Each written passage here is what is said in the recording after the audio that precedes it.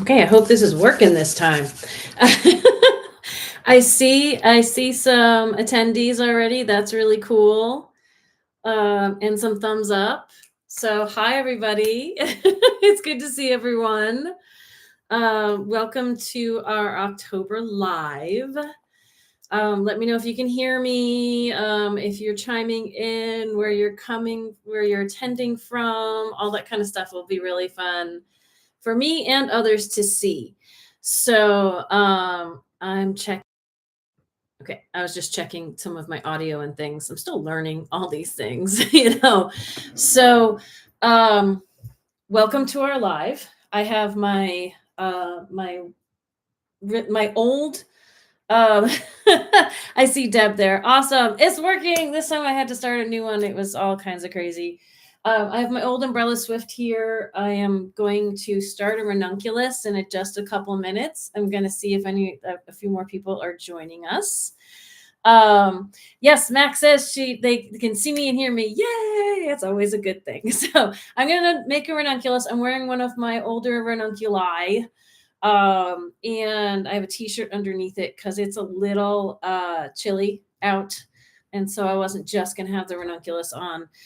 I'm going off of my phone for the pattern because I didn't print out an extra copy. I have like a million copies. Edith's in Milwaukee. Awesome. It's Tristicello. The ear thing, I'm in physical therapy for. It's starting to feel better. I feel like I might be getting a cold right now, which I'm hoping is just allergies or whatever. But I'm here, and I have all these exercises I'm supposed to be doing for the. I think it's a vestibular thing. I love they're all talking about. The Brewers are playing in Milwaukee, and we have someone from Pennsylvania out in Milwaukee right now. So feel free to share if you're joining us, where you're joining us from, and all that kind of stuff. So my challenge to myself during these lives, as we chat about things and as we as topics come up and everything, I don't think I have any questions. I'm just gonna ramble as I do and start a Ranunculus. But if questions come up, put them in the chat. I'm keeping an eye on it. Idaho checking in. Cherie, thank you. That's awesome. And Central Florida, Wisconsin. Some of these people I know, and some of these people are new, and that's awesome. And some of these people I think I know. So it's really fun. So just a really brief aside of El Paso. Wow. Okay, so it's not freezing here. I should clarify. It's getting down into sometimes the 40s overnight. It is 67 degrees according to my watch outside. It's just it's not as balmy as it was. So for people who don't follow me on social media, I posted a couple videos. I might put them up on YouTube as well, of birthing bags I've been making, where you kind of turn the whole shell inside out from making it. So I thought I'd share with you all here too before I get going. I finished the custom bag that was a surprise me bag. So it's not as much of a surprise if she chimes in right now. But this is going to one of our knitters who commissioned a bag for me. That's the word I was going for. And I think it came out all kinds of pretty. I'm really, really loving it. And then, so that I've been working on as my vestibular issues have slowly been kind of getting better with physical therapy.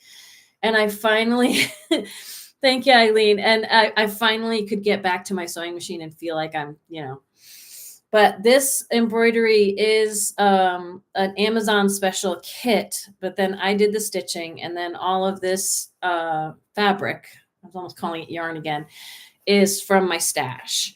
And what I just finished, and I just turned inside out and put up on social media, and haven't even listed online yet, but I'll be trying to do that after the live. I can't do both at once. I turned the embroidery I did of my logo, I'm going to get my directions messed up here, into a bag. There we go. So Liz found me some knit looking fabric, and I have a yellow in my stash that I thought went really well with this. And so I made this bag. It is a little smaller than the other bag. More, the boxed bottom is a little shorter, not as wide. I found a zipper that I thought went really well with it. And then the little surprise I have is I got some new fabric that has yarn balls in it, and I put that inside. So I wanted to use the yarn ball fabric with this, but this is white and this is a little off white. So it's inside instead. I'm super excited about it, but this is the fanciest bag I've made so far in terms of the embroidery is not one of the Amazon kits I have. So I love everyone is saying hi to each other. Green Eyed Cat says, I'm almost 2/3 of the way done with my Papillon because of your channel. Awesome. I'm so glad we could be helpful. That's the other one. So the Ranunculus is one of my biggest hits on my YouTube channel. And then the Papillon and the pressed flowers are like second and third. And I really haven't done a whole series since then, because those I feel like I either had permission from the pattern writer or it kind of lent itself to not feeling like I was giving away too much of the pattern. So I haven't really done stuff since then. So, oh, okay. So people are asking like, what's with the crowns and stuff? It's people who comment the most who just keep typing and you can get a crown too, I guess. I don't know. One thing I'm throwing out there. Oh, hi, Amy. One thing I'm throwing out there before I get going on my Ranunculus that I'm going to be making with Fiber Spates Vivacious 4-ply, her botanical line, in burnt toffee, which is a very sun dragon color. Who's the chattiest? I think it's Deb. The farmer's wife, Deb, gets the #1 on my screen. But okay, so what I was going to throw out there before I start diving into making my Ranunculus is, yeah, she's right. It is just past the 1-year anniversary of Hurricane Helene, like walloping this area. And so these are just hangouts. These are not, there's no money obligatory anything involved in these lives.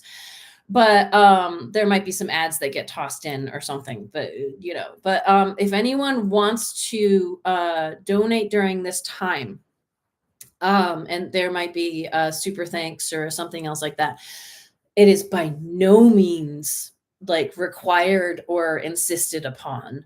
But if anyone wants to donate during this time, I am going to be taking half of any donations and putting them towards Beloved Asheville, that is working on hurricane relief efforts still.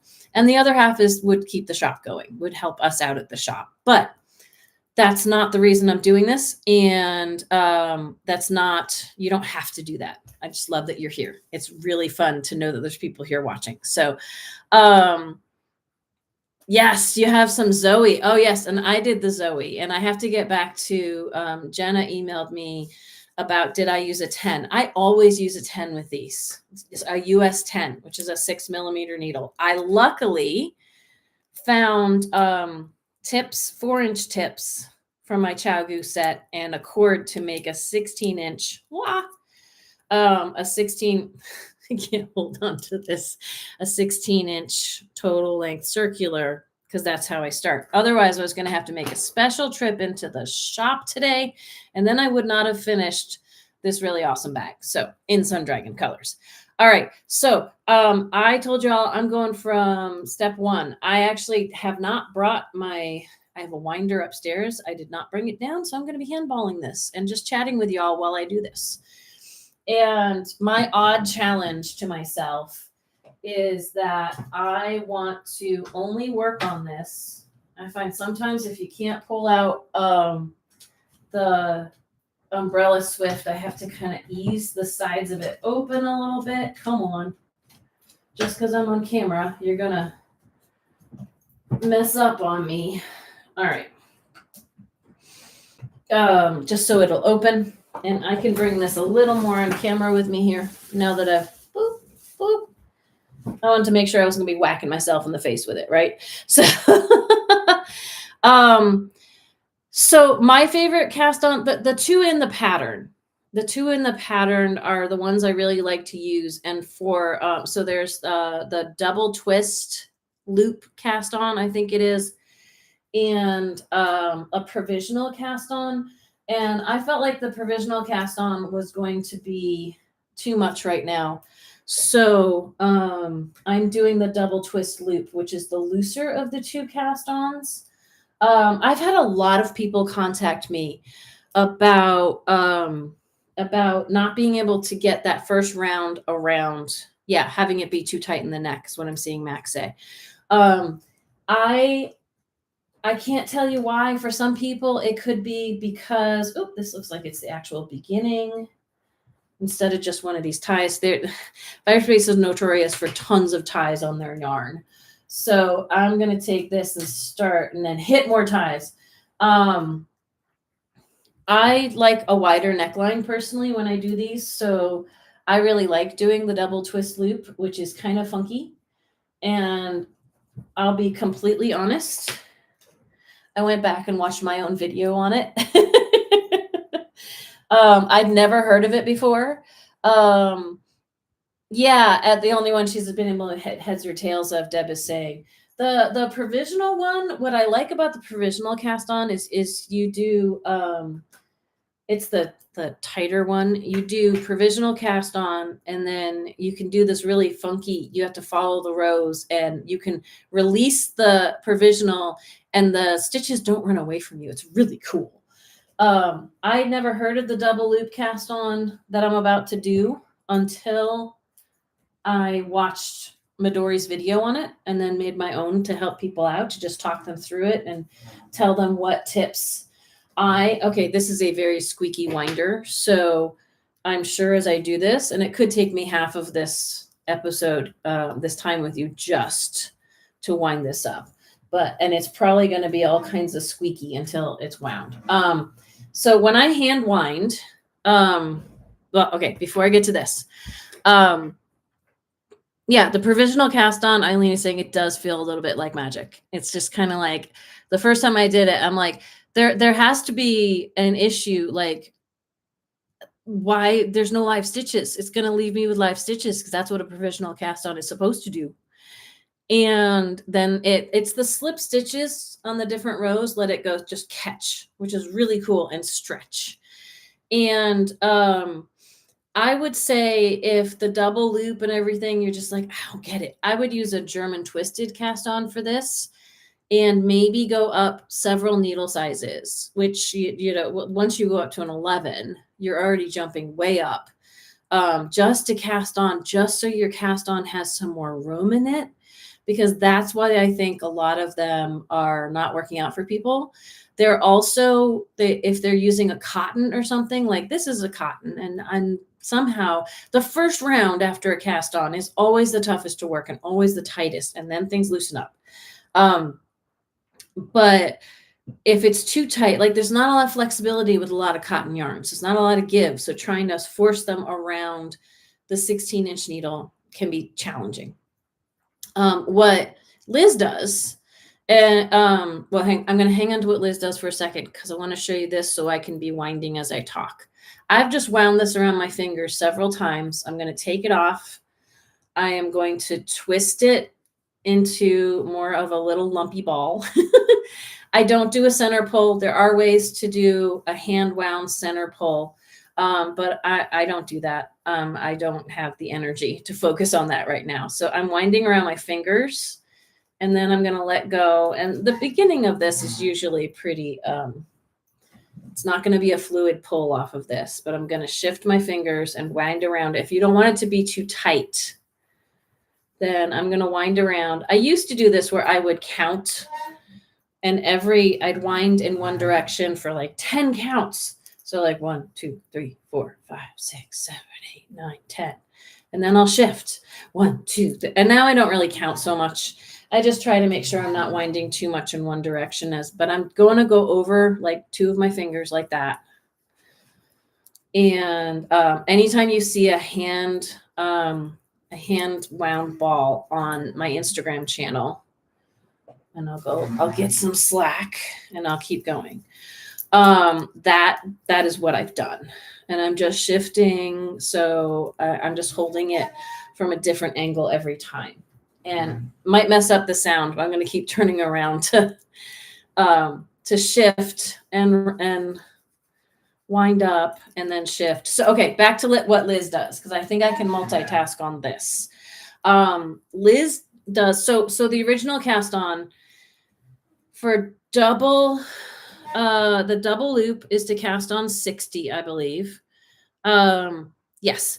And the provisional, you're only casting on 30, which feels crazy, but then you're doing like a yarn over thing. So you end up, by the time you're doing your rows to set the provisional in place, you have 60 stitches. So within like the first row, you're getting to 60 stitches.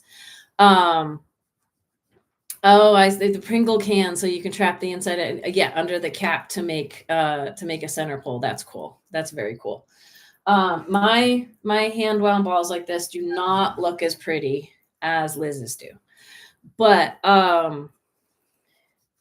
she casts on. So both the cast-ons in the pattern, you end up with 60 stitches, and you do 8 rows of ribbing, and then you increase to 90 stitches. And what Liz does is she just starts with the 90 stitches, and she does 8 rows of ribbing. And then then you have to know to skip that increased row, or else you're going to have all kinds of funky, really large, doesn't match up with any of the stitch counts type of thing. So if you decide not to do the tighter cast on and increase, like this was the 60, believe it or not, but you can kind of see how it really stretched. It's a cotton, and it really stretched over time. But when I first made it, it probably looked and felt like it was really tight. So it's just kind of managing your way through that. And if it won't fit around, yes, Green Eyed Cat is saying, do you ever use a larger needle size to cast on and then size down for the sweater? Yes, I think that's a good option. I don't always do that, but if your cast on is tight, which a lot of people's is, if your cast on is tight, it's hard to cast on loosely consistently. Although I will say, for this cast on, for this sweater, I'm not going for consistency so much, because it can look a little irregular when you start and then kind of settle over time. But I think that's a great idea. Go up to an 11 or a 13 just to cast on, and then do your first row, go back to the 10s, because then you'll have a lot more material wrapped around your needles for those 60 or 30 stitches. If you're going to do the provisional one, I always say cast on what you use for your provisional cast on, which is usually waste yarn. Try not to use something that's cotton or that doesn't have a lot of give in it. And did I mention I'm probably going to be winding this yarn most of this hour? I'd like to start with the cast on. We'll see if I get to it. This always takes a while. But yeah, if you're doing the provisional cast on one, which what I'm not doing this time, use something with a lot of give. Use something like acrylic or wool that has some stretch and some bounce to it for the waste yarn, so that there's a better chance that won't be too tight. And also, you can use a really big crochet hook for that provisional cast on. And yes, that a lot, I've seen that trick, Deb, of the provisional cast on over a barber cord. So, but I haven't done it myself, but just having the cast on over I would have to do it, but I've seen doing that, so it's easier to rip out later. And I get that. So I think that works with this sweater instead of using waste yarn and stuff. I haven't tried it though. So I know that works really well for if you actually need the stitches to be live later. I'm just pulling off a bunch of scrap here. Not scrap, excess. That's what I'm going for. But that the barber cord instead of the provisional waste yarn thing is really cool, because then you can just stick the barber cord on the end of the needle that needs to go in there and slide it in. And that's when you need to have live stitches to go the other way. That is amazing. Yes, I agree with Deb on that. So, okay, I'm going to take this hand out and grab it in a different way, and we're going to get some more slack.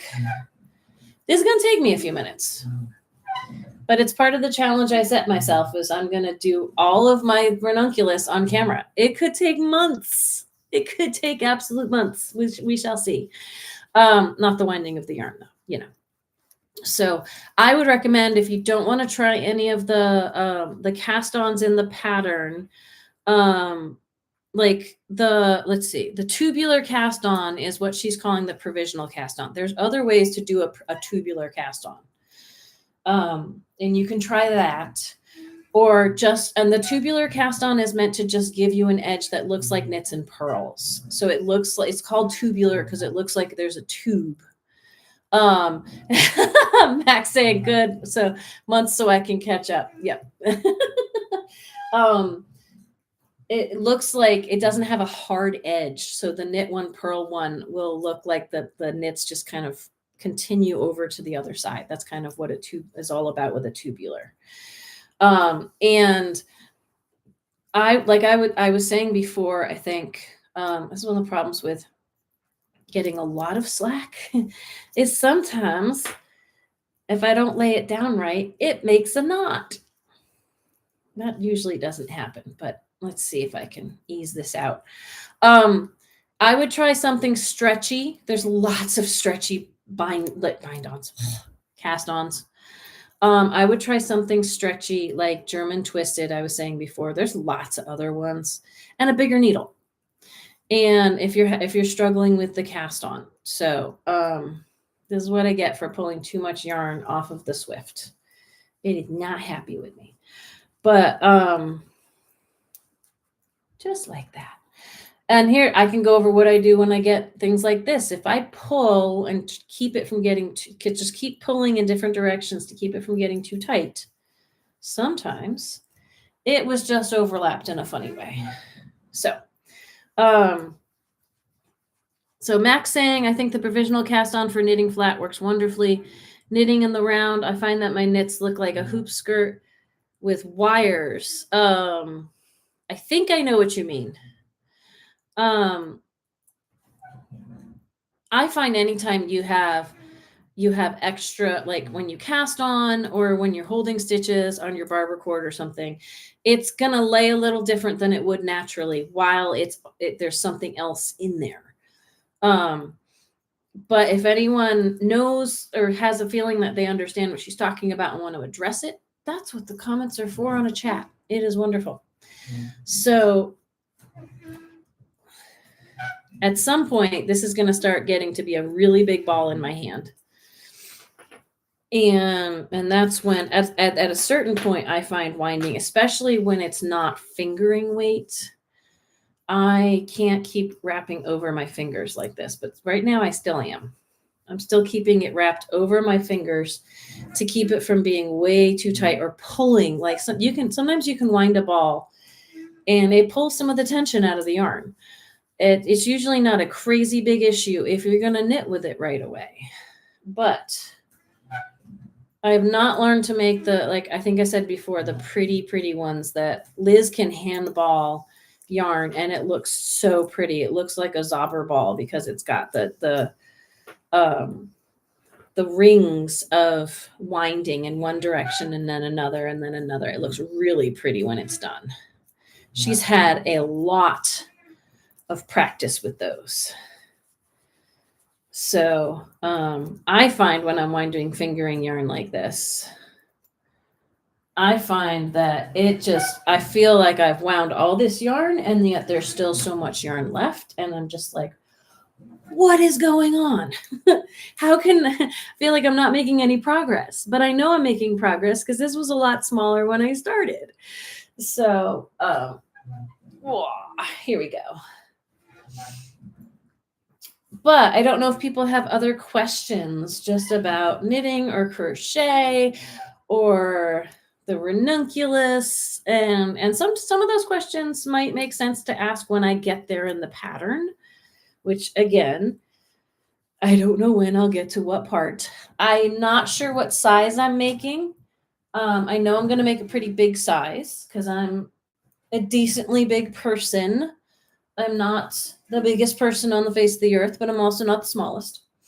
I want to say I usually make somewhere between like a 6 and a 9. I could go bigger and make a really big one. But the beauty of the ranunculus is you don't have to pick your size right away. And I doubt I'm going to get to the part where I need to pick a size by the end of, I've got another half an hour on this. I don't think I'm going to get that far, but we'll see.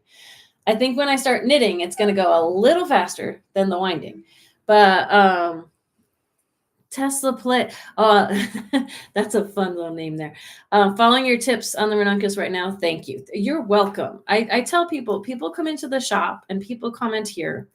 I'm not always able to respond to everyone's comments, but they say, I use your videos and that's why I'm here. Or that's, and it still kind of blows my mind away every time because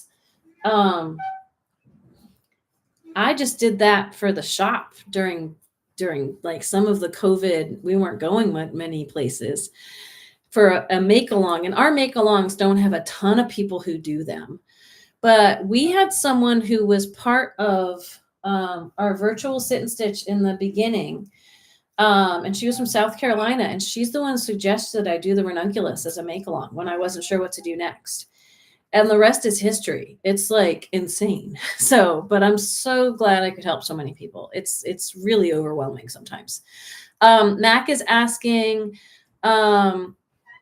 how often I'm going to do this. I started this a few months ago, and I am trying to do it once a month. The first Monday. So for a long time,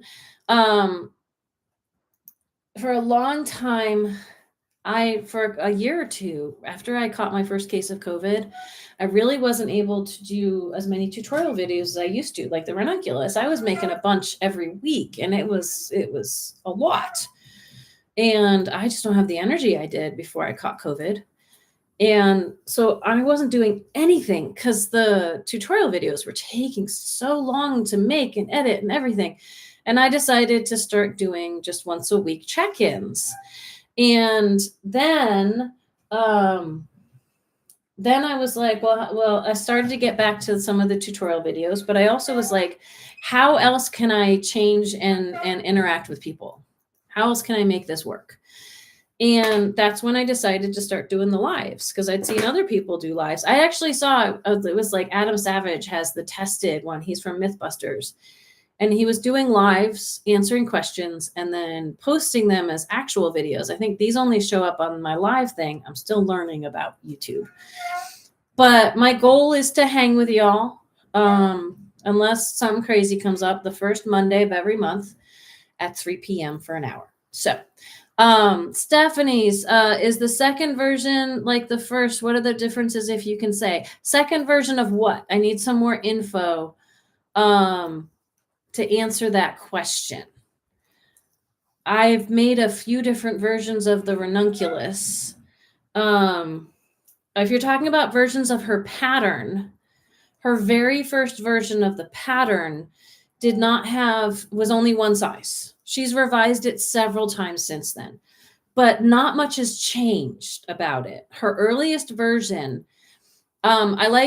she's done like 2 updates. Her earliest version came out in 2017, which is when the shop opened, but I didn't make it then. I didn't make it until like 2019 when, actually my first one was just before the make along that we did.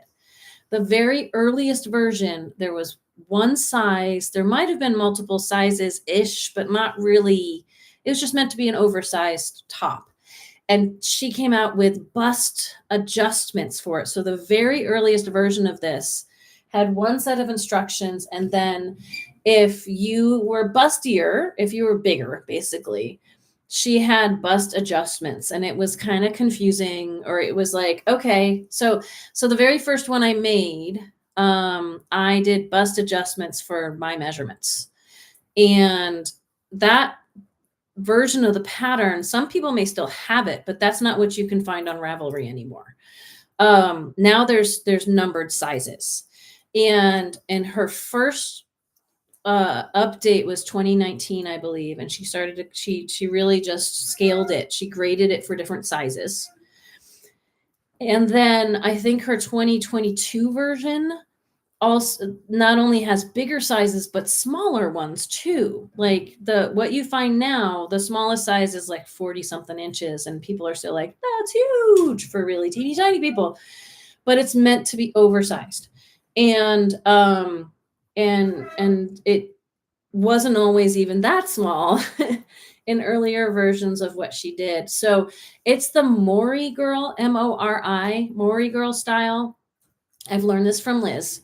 So if you want to look up why the ranunculus, like, excuse me, this is the short sleeve version. It's another reason I have a t-shirt on underneath, but it's actually really open and boxy, and it's a style. It's a style that that is meant to be oversized but delicate, especially if you do it with a thinner yarn. That's why you can do it on anything from a lace. She recommends from a lace weight to a worsted weight. The idea is, though, you pick a big size. You don't pick a form-fitting size. You pick a big size and let it drape. Because if you use a thin enough yarn on a size 10 needle, then the drape makes it look more feminine. It doesn't end up feeling boxy and oversized, is the theory, is the fashion theory. Hi, Jan. Jan saying hi. It's good to see you. So Green Eyed Cat's in Nashville, but she knows where Maggie Valley is. Yep. That's really cool. There's some cool roads around here to ride a motorcycle on. I have not done that, but I have heard from people who have. So, well, if you are in the area, let us know who you are from here, from this venue, and I hopefully will go, oh, that's right. So sometimes I remember stories and stuff better than names. So, and sometimes I'm pretty good with names. It's, so I promise I'm getting closer on this. This is what I get for bond. It's much easier to turn this now, though, to get some slack off of it. That's what I always notice using an umbrella swift. So we use a Amish swift at the shop, not an umbrella swift like this. And I really love it, but this works well for me at home. This is the same swift that I got right around 2000, sometime around there. When I started knitting, my sister did her research and bought me an Amish swift. And not an Amish swift. Oh, geez, I'm trying to read the comments too. She bought me this swift, the umbrella swift, and a winder. And a little plastic royal winder. And I had not started to knit with twists of yarn yet. So I was like, what is this? How do I use this? And she said, well, I did my research, and this is supposed to be the best kind, because like with the, at the time with the umbrella swift, you can, if these ties give out, you can retie them. These ties have never given out on me. So it's 25 years old now. But it depends on how much use it gets. And spending my time thinking of an Erin headband, COVID brain. I'm pretty convinced I still have some kind of, oh, she's tinking. It autocorrected the thinking. Oh my Lord. Yes. I'm convinced I still have some COVID brain left over from almost 2 years ago having COVID. But, Jenna, I mentioned before, you might not have been on. I got your email. And yes, I always use a size 10 needle. And I I did that with my Zoe. Now your stitches might be coming out a different size than mine because even though it's the same yarn and the same needle, we are different people. And it could also be that my stitches just look different on camera. But needle size and yarn do not indicate stitch size. I really, really firmly believe in that. We are, as humans, we all knit tighter and looser than somebody else, faster or slower, all that kind of stuff. So just because we're knitting with the same yarn and the same needles does not mean it's going to come out the same. I have people who ask, oh, so what size are you making? Because I want to know what size to make. And it's like, this is one of the sweaters I don't test my gauge with. I just dive in and go. It's one of the very few I don't test my gauge with. And so that means that I may not be getting consistent gauge. So when I pick a size, I'm just picking one that's really big to make sure that I fit in it and have a lot of excess room. Max saying my Swift looks just like hers. A lot of Swifts will look alike, and whether they're tight or loose is a factor of use, of production. This one, if you saw before, I was really yanking. I had to turn around and yank the yarn off of it when I started.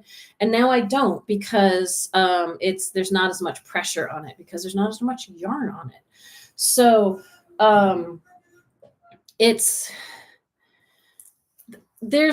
so maybe other people can chime in on the lubricant if you want it, because there's arguing theories of that.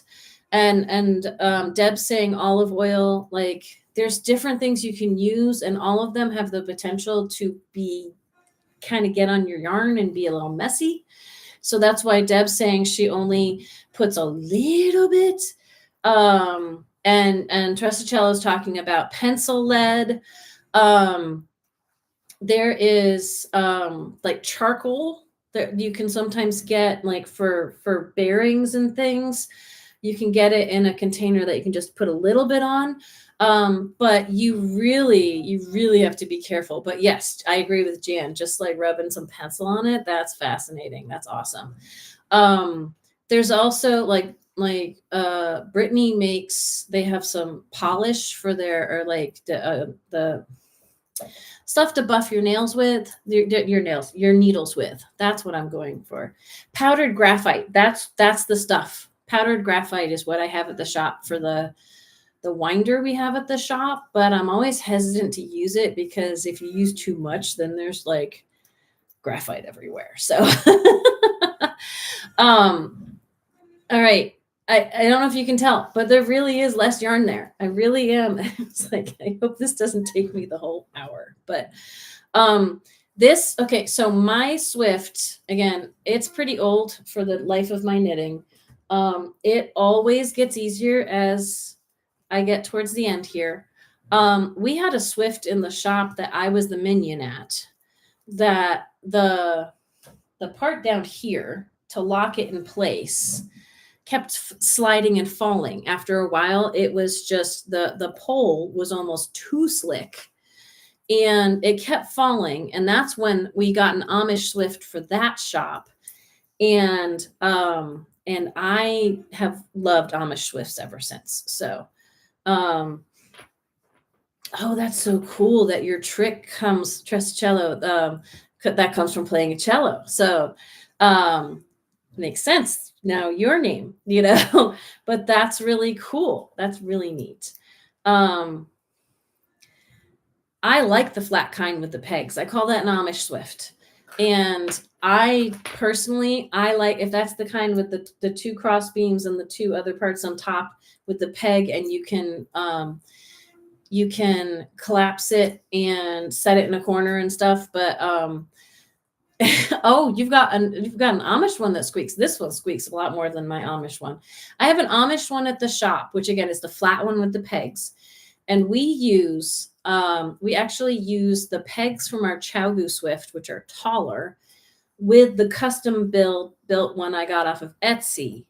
It was from wood that it whirred. WHIRED, or 2 R's. I don't know. Can't spell right now. And I love it. It's like twice as expensive as the ChowGoo one.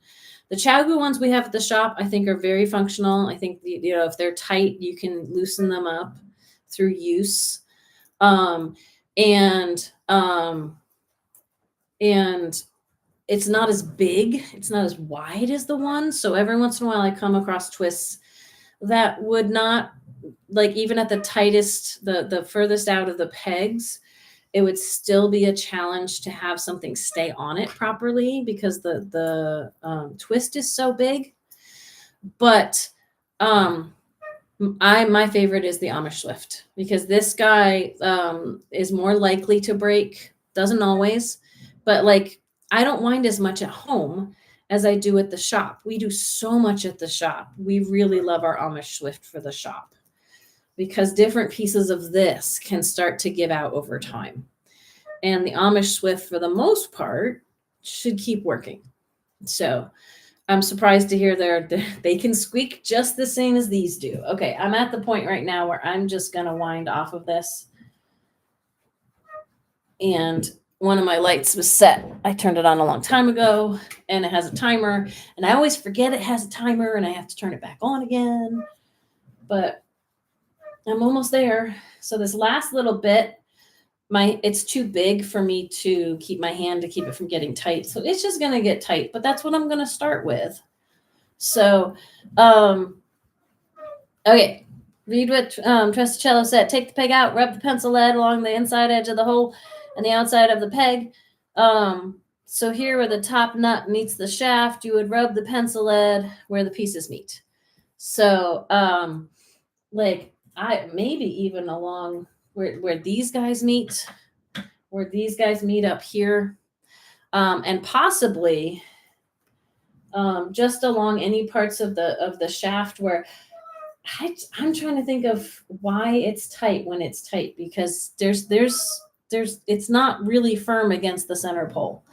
But okay, Eileen's asking, this is burnt toffee, I think.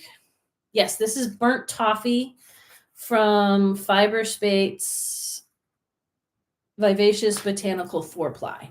I've done a lace weight one of these. I've done a sport weight one of the Ranunculi. I have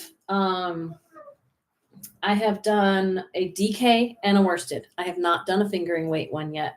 So the 4-ply, in American terminology, I would call this fingering. It's a little fluffier than a lot of the other fingering in the shop, but oh my gosh, I'm so close. Look, there's only a few wraps left on that. Oh yeah, Jenna's saying that we do have yarn that ends up wrapped around the center pole sometimes, but I have yarn that ends up wrapped around the bottom of this if I'm not careful. So to each their own, and that is awesome. And I'm at the point right now where that's not going to twist anymore, so I am just winding off of it. I still have 20 minutes left. Woo! Okay. I'm going to move this out of the way. Let's see if I can. Come on. I just tightened it, so now it's like, nope, not coming undone. There we go.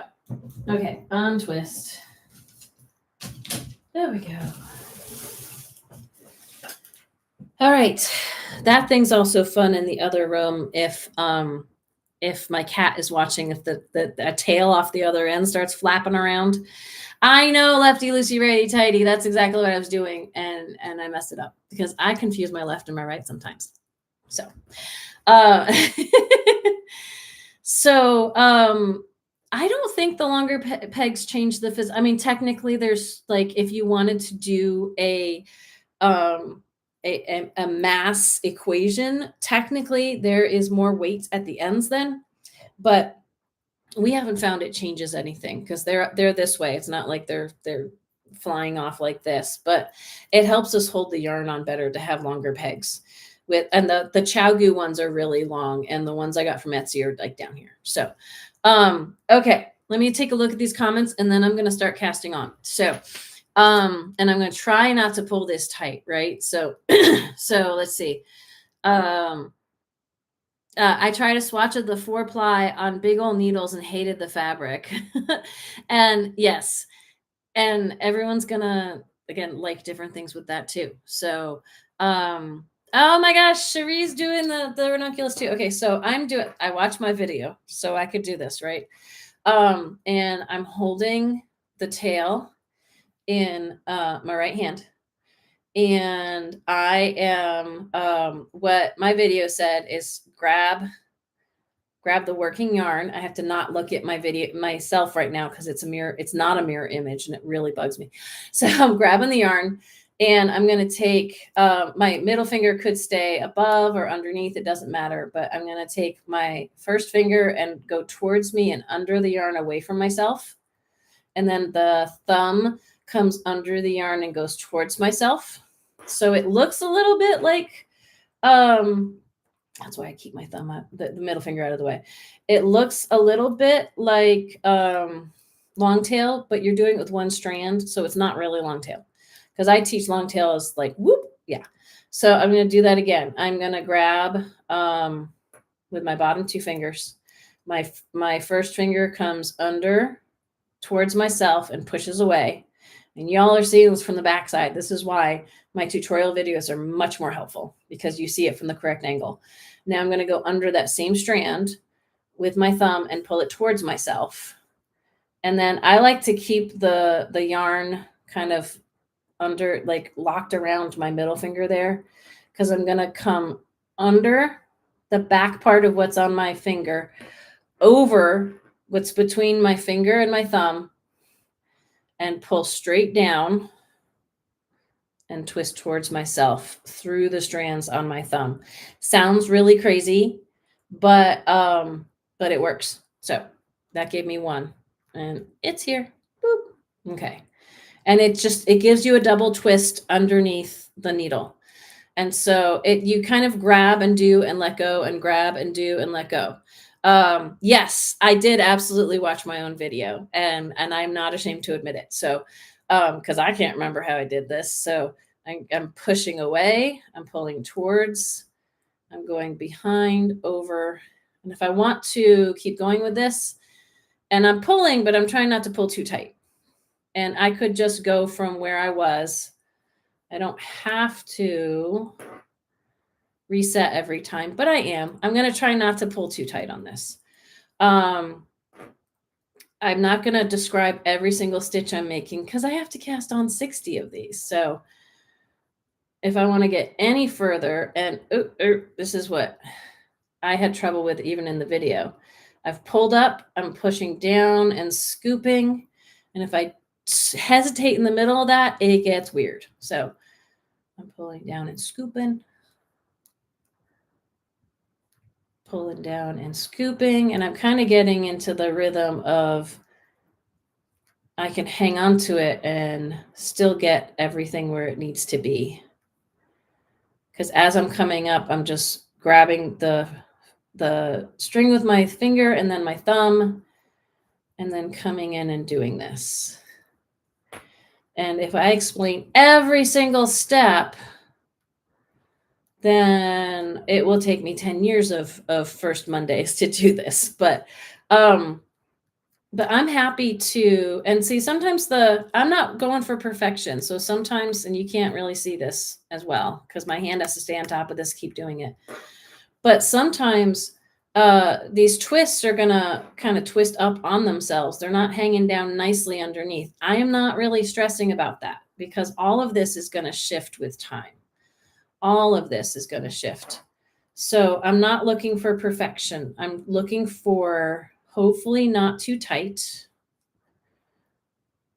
And I'm finding I'm kind of going like this and like this as I pull it up so I can do my next stitch. But I get why she says this is going to be looser. It's going to have, it's only one strand just doing this twisty thing.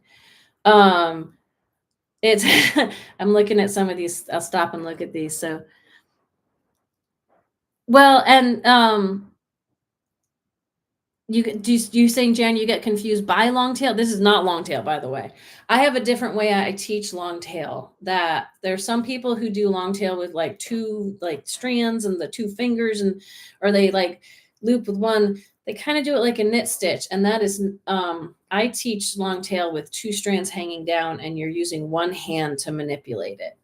So I'm trying to, again, you're seeing the backside of this with teeny tiny yarn, but pushing away, pulling towards. So it's wrapped around one finger like this. And then I am grabbing the backside of what's coming around my finger, going over what's on my finger, my thumb, and then I go down and up between the two pieces on my thumb. Yeah, I'm seeing Deb's thing about making sure it's not twisted. And I always say you have one time to fix that. When you do one round, if you find it's twisted, you can twist and just have that one strand where you're connecting in the round be twisted itself. So let's see. Oh, you got through, someone got through the yoke.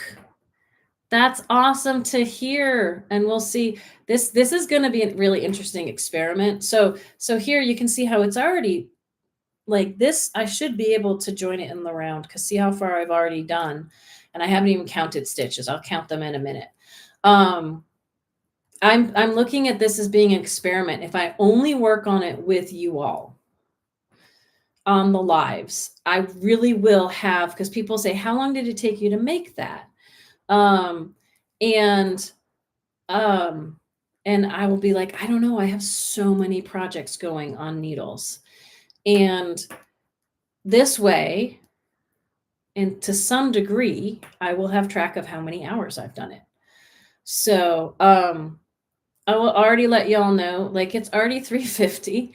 I may go a few minutes extra today if you are all willing to hang out with me, because I want to make sure I've done at least one round on this, maybe two. So, although that'll mess up my experiment of how many hours, because it won't be, but I showed you all my bags in the beginning. But I am a big fan also of it takes as long as it takes. And for some people, even the cast on is going to take longer or shorter than other people. And it's not a race. Like once I get going, I knit pretty fast, but it's not a race. And I encourage y'all, if you're doing this with me, and I'm going to stay as long as you want to. If you're doing this with me, you might want to work on it some other times too. If you find your pace of knitting, it is different than mine. Tesla Play says I'm doing 2 at a time, so I don't have to rewatch the videos. That is brilliant. Just do one piece on each, as long as you're not getting tired of it. See, 2. I'm gonna have to stop and count for a second. 10, 12, 14, 16, 18, 20, 22, 24, 26, 28, 30, 32, 34, 36, 38, 40, 42, 44, 46, 48. I have 51. So I'm going to try to, can. That's true. That's true. 52, 53, 54. I'm so close. I'm just going to count. 55, 56, 57, 58, 59, 60. Okay. I have, I saw the comments going and I wasn't looking at them. So, a button band card, so the sweaters will be, yeah. I heard someone came into the shop and I'm making this, I'm making a cat sweater. And they were like, she hasn't made any progress on it. And no, I have not, because there it is. Like I'm looking for my beginning round marker because I have too many projects going.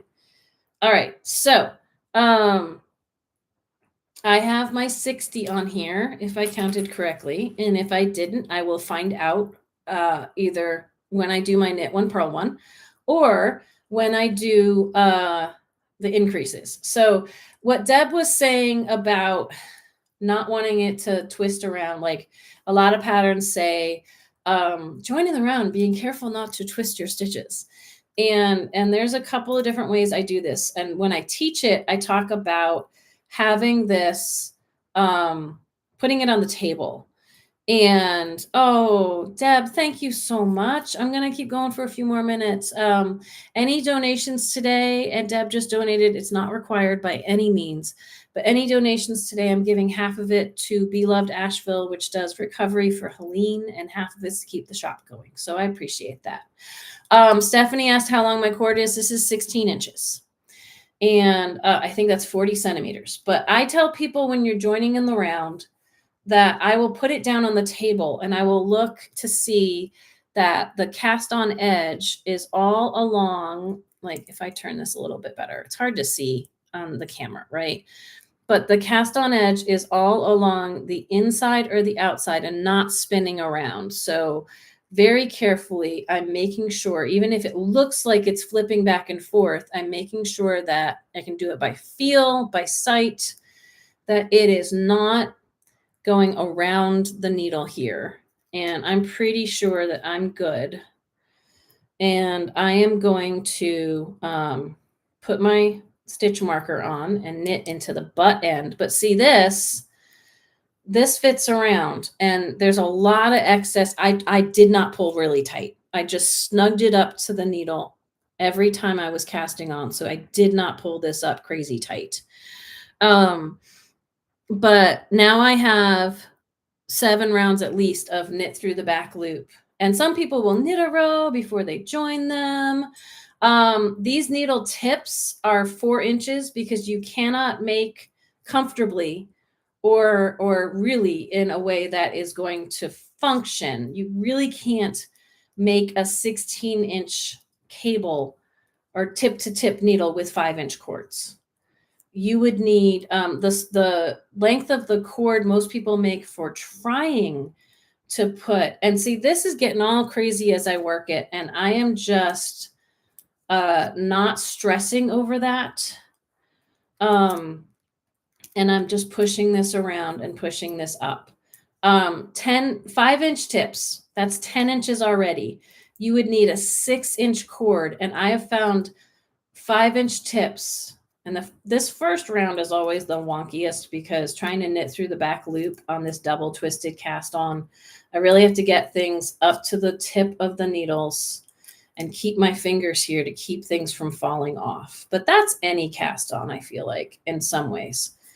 It might be a little funky. This twisted means there's not a lot of structure to keep the stitches. So I'm like trying to go in the backside here to keep the stitches from wiggling all over the place. That's why I don't use a backwards loop cast on for most of the things I make.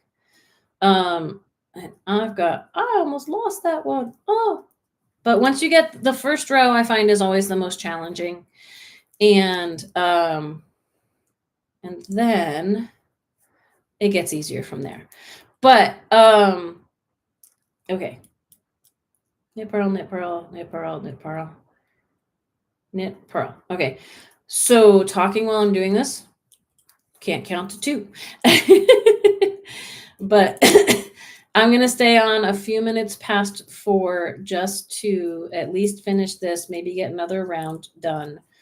I find, I know a lot of people, when we sell 16-inch fixed circulars at the shop, there are a lot of people who are like, those tips are too short. Do you have a 16-inch with longer tips? And for the most part, some manufacturers might make them a little differently, but for the most part, no. That is how it functions. You could do something like this with a longer needle and a longer cord, a longer needle tip and longer cord, and like magic loop it. But I find when it's this flimsy to start, it really, come on. I have to get the side I've just worked up closer. I was pulling it down to keep it safe. And then I was finding I wasn't able to, yeah, none of us can count when we're doing this, right? I was finding I wasn't able to get this. Up to do it.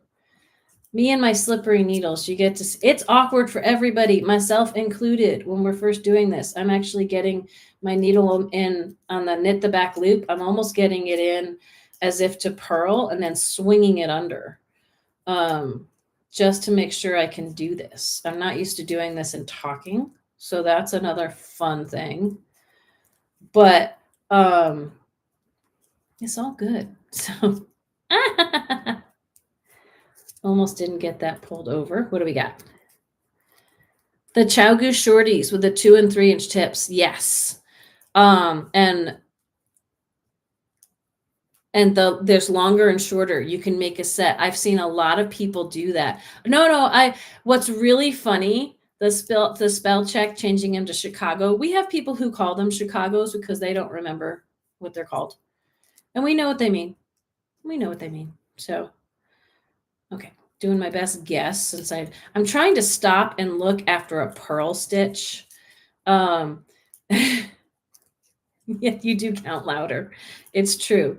I'm trying to always stop after a purl stitch so I know if I look up and read what I'm coming back down to. And I'm getting around here. I'm going to go for like 10 more minutes because it is 4. But I wasted some time in the beginning with the bags I've been making. So I didn't waste time, but I took up time. Trying to change my vocabulary.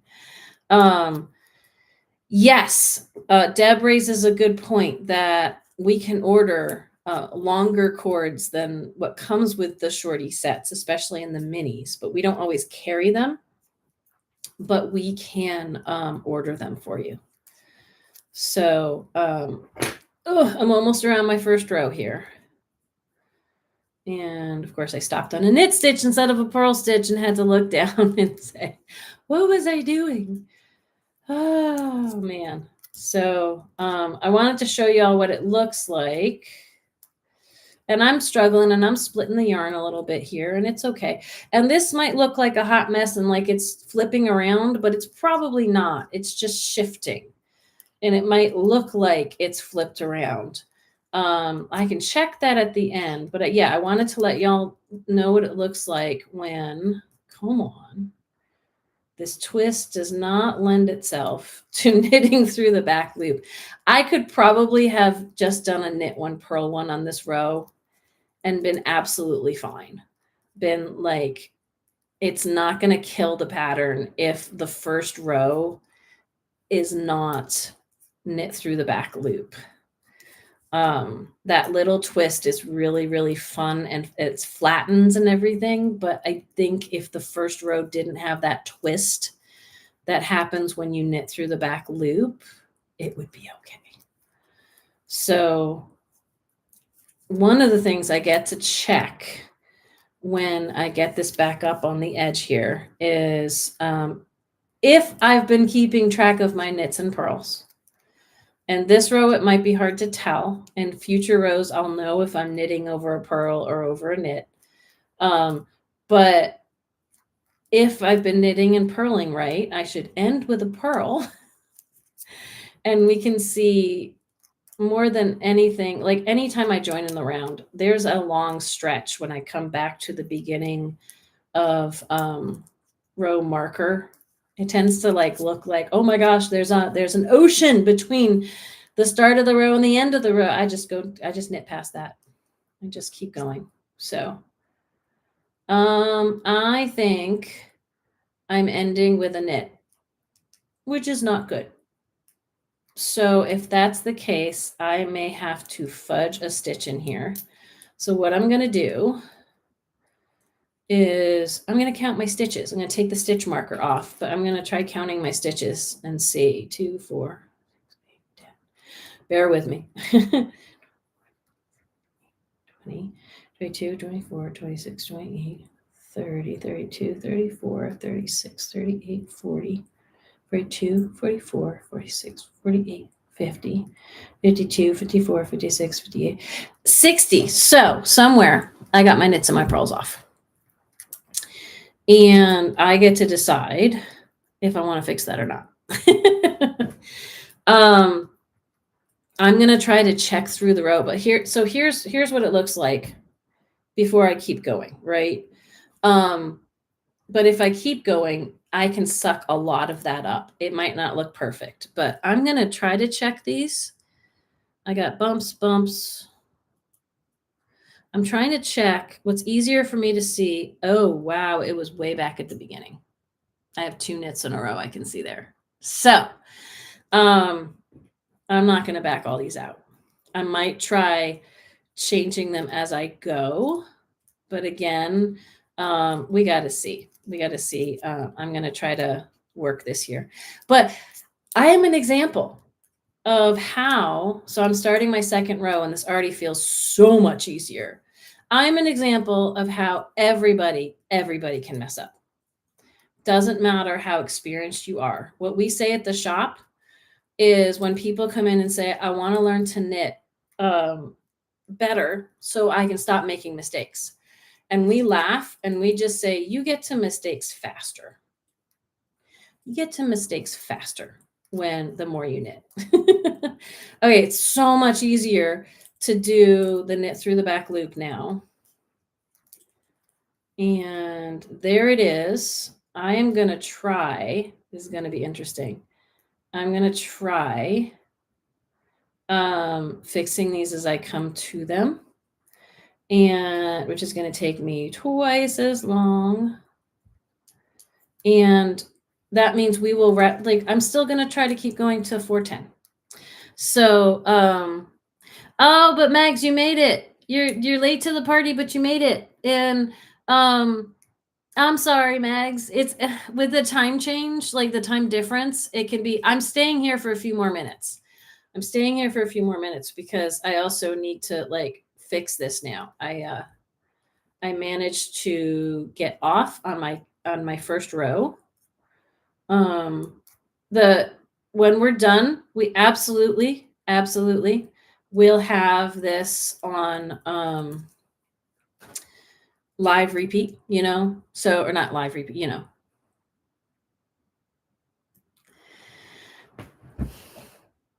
Yeah, but I've come too far now. but um but Jan, it was more emphatic that way. It would absolutely have been easier, but I'm trying to host a podcast and talk to y'all and think at the same time. And really? So all right. So now I just have to pay attention to what I'm doing. I'm taking things and I'm kind of flipping them around, and then I'm doing the stitch, and then I'm going back and I'm taking around and doing the stitch. Yeah. Oh, that's a good idea too. Actually, ooh. Can I still do that? Janet's saying, added a stitch to the end and knit 2 together where I messed up. That's brilliant. And I would, yes, it's one of those, maybe if I wasn't doing this, I would have thought of that. But I'm going to see how long it takes me to just flip the stitches. That's a very good suggestion, though. So anyone who is watching and listening, that's a really good thing to do, is to just add a stitch. And although, okay, where I messed up is different than the order of things there, but there are so many different ways to fix this, which is really, really great. And I am just doing things the complicated way because, yes, a terrible warning. I love being a terrible warning. So, and yes, I was thinking about just adding in a stitch here, but this is the part that's really going to stretch out and be really fun looking when it's done. And so I'm trying to keep that consistent, but it is not the end of the world either way. And it just means that, and Maria is starting her cast on. It just means that I'm slowing down to a more appropriate speed to try to get through this.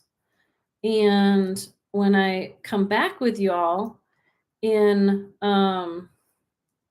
I love figuring out how stitches work. So this is really fun to try to tank the stitches that aren't twisted and then make them twisted and vice versa. So Jenna saying, will you still go up a needle size for the cast on if 16-inch fixed circulars? That is a personal choice. I do not go up for my cast on. It does not matter if it's fixed circulars or interchangeables. They are still 16-inch needles for the cast on. And let's see. This is what is going on with this. I'm not even really sure. Okay. So if you find your cast on is too tight, then yes, it doesn't matter if it's fixed or not. I would go up needle sizes. Here's the thing. If you're going up needle sizes, and double needles, the can help. There'll be more material there. If you're doing German twisted or long tail, double needles will give you more in one strand, but not in the what's underneath that's making it tight. So double needles give you more room in there, but and Jan, good night. So double needles, if you're doing a long tail cast on, you have to be careful not to pull your thumb strand too tight. Because that will still have no give. But if you're doing the twisted loop, if you're doing provisional, a bigger needle can help, definitely. And to Jenna's question, you don't need a 16-inch to do the larger needle. See my brain trying to do this and talk, right? You don't need a bigger needle, let's do it this way. Hello, guess what? We're about to wrap up, but I'm glad you're here. We were here from 3 to 4 Eastern time, and I'm going over a little bit, and it's very wonderful to have you here.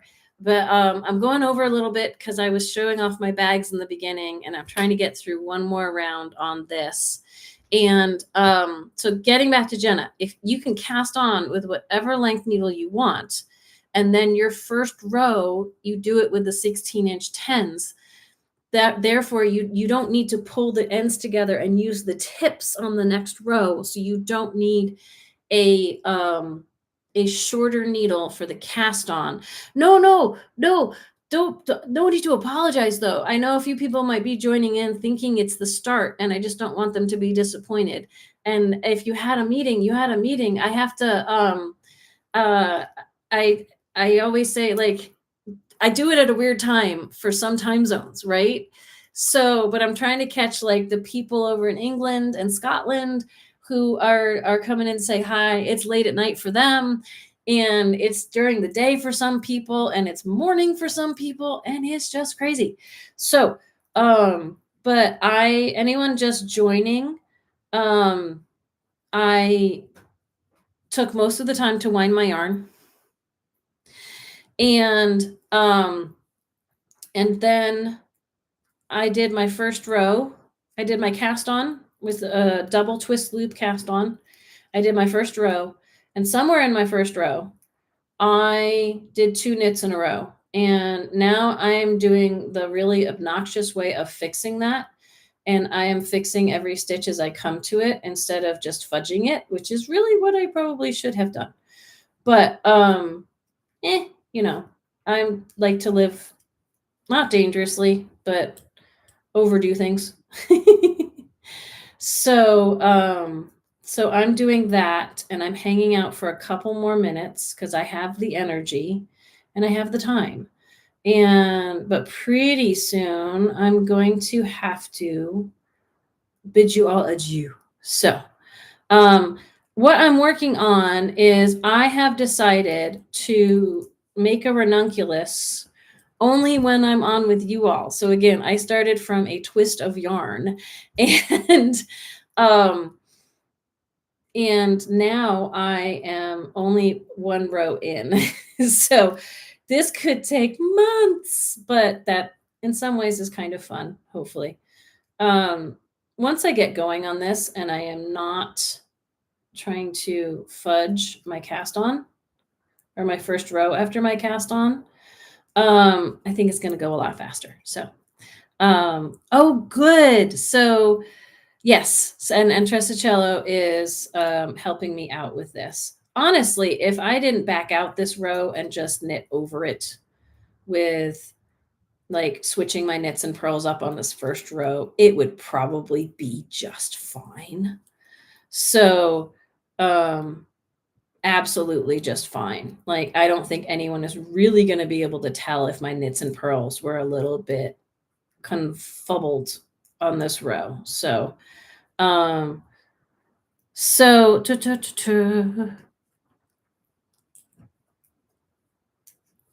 yeah, the cast on said to knit one row. I wasn't looking at that. I just went and did it. So I bet I could have just, yeah.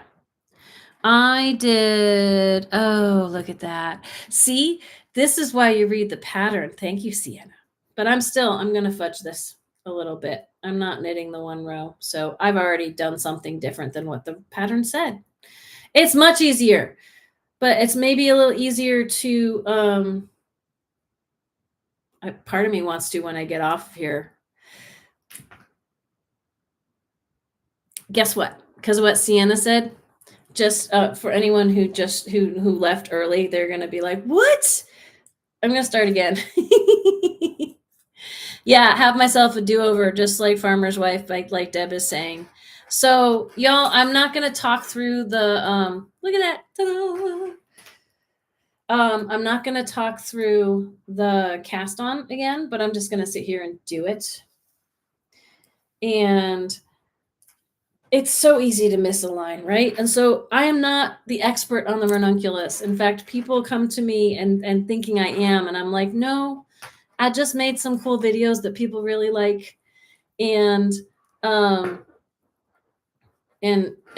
yeah, so, and I love making it, but I'm gonna, Sienna, I think, had a great idea to, pay attention to the pattern. I actually see that there. I've had a lot of people ask me, like, I looked at Twisted Loop and I just glossed over the words that said knit one row. So, but I'm not carolizing, I'm starting over again. So, because this is probably going to be faster. I've made an executive decision since it's 4:16. I'm going to hang out till 4:30. I know. Don't expect this every time, everybody. I love y'all. But I probably won't be able to do this, but I would love for you all to see this actually working properly and following the instructions. I have had people who have contacted me and been like, why doesn't this make sense? And they have not read the whole pattern, or not the whole pattern. You don't have to read the whole pattern. I'm a big fan of one step at a time, but they've missed a small part of the pattern. So just like Sienna was just saying, like I'm going a little faster right now than when I was showing you all this cast on, because I think my videos are better for it anyway. But I'm trying really hard not to pull tighter because I'm going a little faster. And that is difficult when you're going faster, to not yank really hard and keep going. But I think I'm going to be a lot happier with this if I turn and knit the row before I join in the round. So, but I'm going to try the same thing I did before. I'll show you all when I do it, of making sure things aren't twisted. So look how much that stretches out on the cable, because that's the thing with a single strand for a cast on, is it can get super tight and stretched out on the cable there. And that can be kind of wonky. And that's why, yeah, knitting a row's a really smart idea. And that's why it's in the pattern. And that's why I should have paid more attention. I just saw knit 60 and then do rows 1 through 7. And, that's what Liz always says about the papillon, is knitters and crocheters, we have a tendency to look at the pattern and go, I got this, and toss it over our shoulders. And the papillon, you really gotta, like, even when she's done a million of them, she still needs the pattern for lots of parts of it. And I still follow the pattern and count. And don't take it for granted. And apparently I took some of this for granted. So I want to make sure that I get this right for y'all.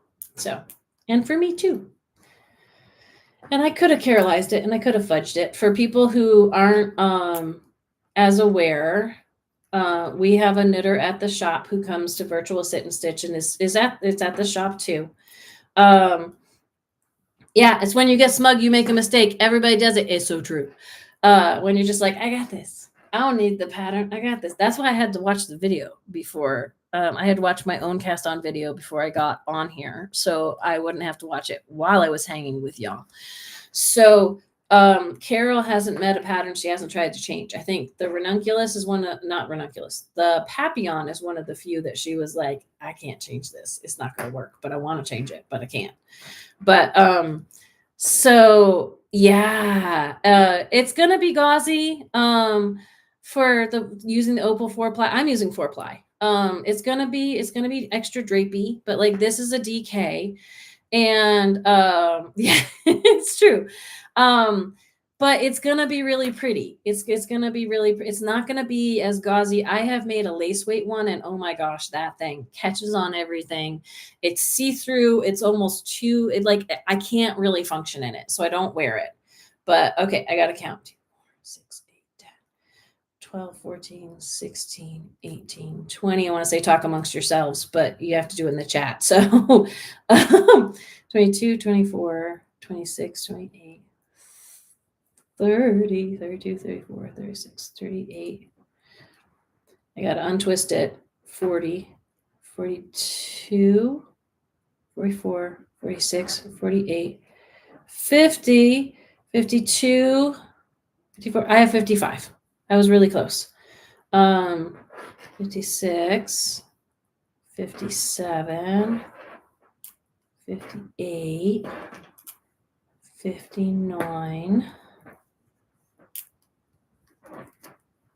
60. Okay. I'm going to turn around and knit one row.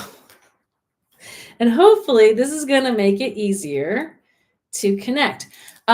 This is the point, Jenna, where you could knit it onto, you could still have it on the bigger needles if you wanted to, or you could be knitting this onto your smaller needles because, oh yeah, this is a little easier than trying to knit through the back loop on the twisted.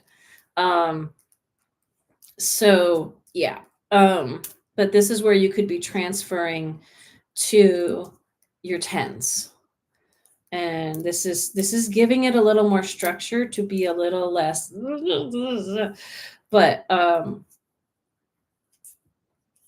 and then I've done the pattern right. And we'll see if I remember to talk about this in a month.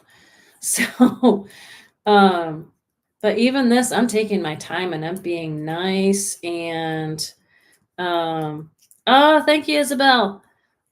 It's good I'm glad I hung out a little bit longer. Like, I'd love to say, oh, I'll start doing these for an hour and a half, but I find this is my day off. And so sometimes it's a lot to add more time to things. But right now I just want to get a little further on this. So I'm going to stay and hang with y'all. So, yeah, it's, the Danny saying that I'm not using mohair because of the maybe needing to frog and rip and stuff like that.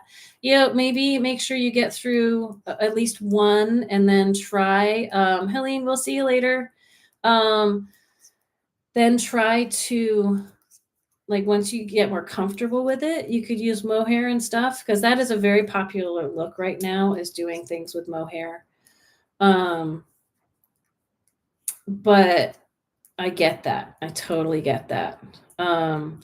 Yeah, the kitties sometimes are just like, this is kind of nap time for them.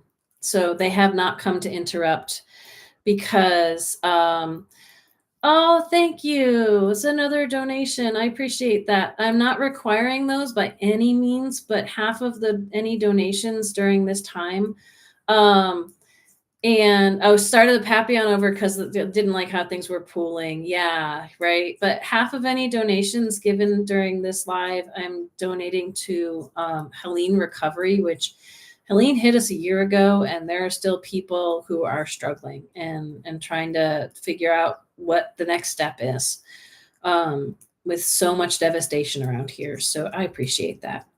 All right, I am almost to the end here. And I already know I have to tighten up my needles.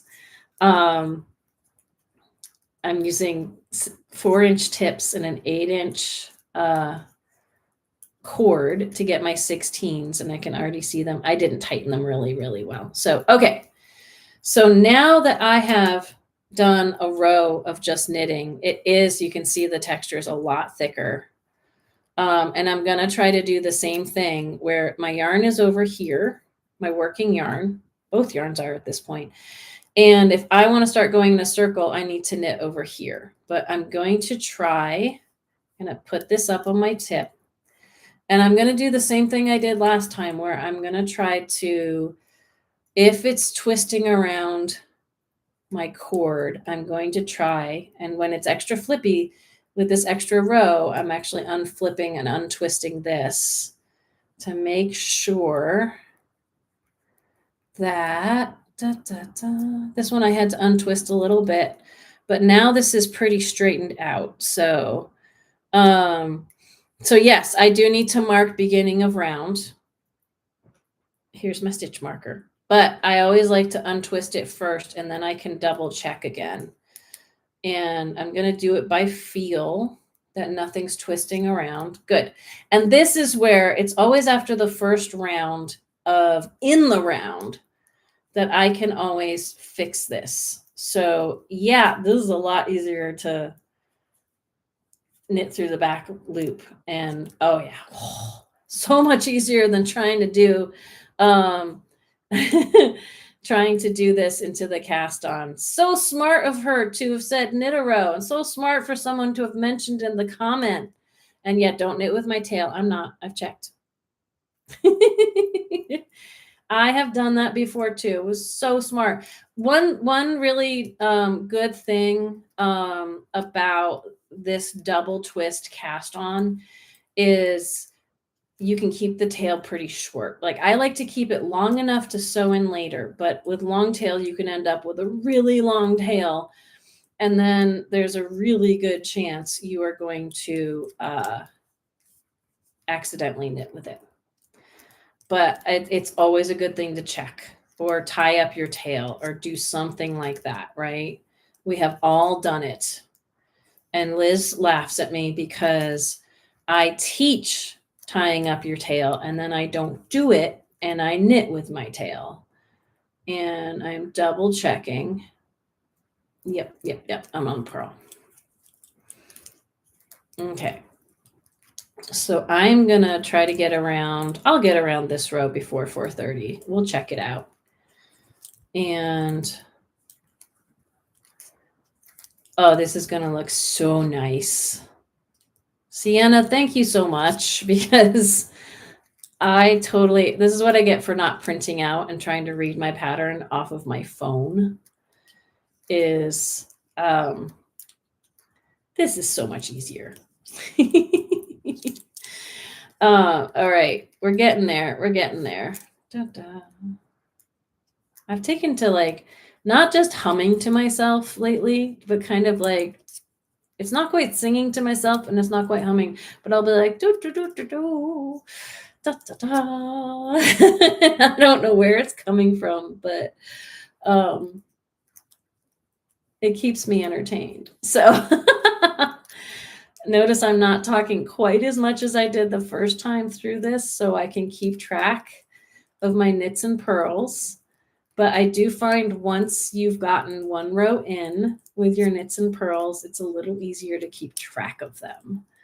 So I am an English style flicker in terms of how I knit. And I know we have a lot of people who watch the channel who either knit English style a different way or they're a continental knitter. And it is all Good. So let's see. And I feel like if I take this, I know if I take this to about 4:30, then I can count this as an hour and a half of work. Even with the ripping out, I think it's still part of how long does it take you to make something. Mistakes and challenges are part of the time it takes to make something. So it's, it is what it is. But all right, I am almost to the beginning of round. And I'll show you again. And I ended on a pearl. I'm so excited. Yay! It was so worth it. So I still have that. You see how that pulls open like that. Yeah, and saying it all takes time. Yep, absolutely. And so it's extra fluffy around this 16-inch. So I didn't have a problem, but again, everybody's gauge. I'm just gonna, if I go in and I do my knit through the back loop there, it really sucks up that gap. It's the rows after that. If you make sure you're pulling tight at that marker the next few times that you hit it, you are definitely going to get rid of that gap. And if the gap is still there at the very end, just at the top part, like right here, that's what I have my tail for, to sew it together. So I'm going to see if I can get, I'm going to have to really mark on a pattern where I am if I'm going to take a whole month off before I pick it up again. But for all of you watching, if you come back next month, whatever the first Monday of the month is, if you come back then, although, I might have to shift next month's, because I think my parents will be visiting, and Sunday and Monday might be the only days I have with them. So it's November. Yes, it's November 3rd. I may have to shift that. I know I keep saying I'll always be on the first Monday of the month, but my parents are visiting from Connecticut, and and it's right about the time change. So maybe give us another week to get used to the time change for everyone who's jumping in from different places. But when my parents visit, Sunday and Monday are the days that I don't have to work, and I'd like to spend time with them. So I want to spend time with you all as well. So, what's really funny is if we don't do, yeah, I was just thinking that, Deb, if we do November 10th instead, that's my birthday. But I don't do anything fancy on my birthday. So I'll spend it with you all. Why don't we set that up right now? So anyone who goes back and watches this, like Jan, who had to leave, she's gonna say, wait, there was like more? What? I want to finish round 2 and end like at the end of a round, basically. So I'm almost there. And it's looking so much better than my first attempt. So yes, I'm putting out there right now, and I will schedule it next time. It's already an example of how I will do it the first Monday of every month, except for when there's special circumstances, and that is happening next month. So, oh yay, it's your granddaughter's birthday too. Yeah, November 10th is my birthday. I will be turning 48. I'm still not 50 yet, at least. And I know everyone's going to have their own opinions about age and where they are and where they think other people are and what's old and what's not. 50 is just a big number. It's a momentous one, Yes. And I know I have followers of all different ages, and I absolutely love that. So, but I'm going to say right now that we're going to meet November 10th next month, and it will be on my birthday, but there's no better way to spend it than an hour with you all. And I think that will be fun. And I will be picking up with, you can always, oh no, German short rows, 7 holes. No. I'll be getting to the German short rows next time, hopefully. Oh, cool. Happy birthday to your wife, Eileen. That's awesome. Okay, so I will be hanging with y'all. I will be on, if anyone wants to keep track, I just finished row 2 of my ribbing. I'm going to do one more stitch just to lock my stitch marker in place. But here is how the burnt toffee is looking. It's like murky sun dragon colors. I kind of love it. I wasn't a yellow person before I opened the shop, and now I'm like, ooh. So it's been so fun to hang with y'all. And remember, anything donated to this chat, we're going to donate half of it to Be Loved Asheville, and the other half of it will be for shop functions and stuff like that. So we appreciate y'all. Thanks for hanging with me. I am going to wrap up the live now, and November 10th from 3 to 4, we will be here again. And you can always join us. We do a virtual sit and stitch on Zoom on Tuesdays from 7 to 8 p.m. US Eastern. Thank you for the hugs. I'm going to go rest a little bit. And it's on Zoom with the shop phone number, which is 828-877-3550. We do that once a month on a Sunday as well on Facebook Live and Zoom, but we're not doing that this month because we have some other plans and there's too much going on in October.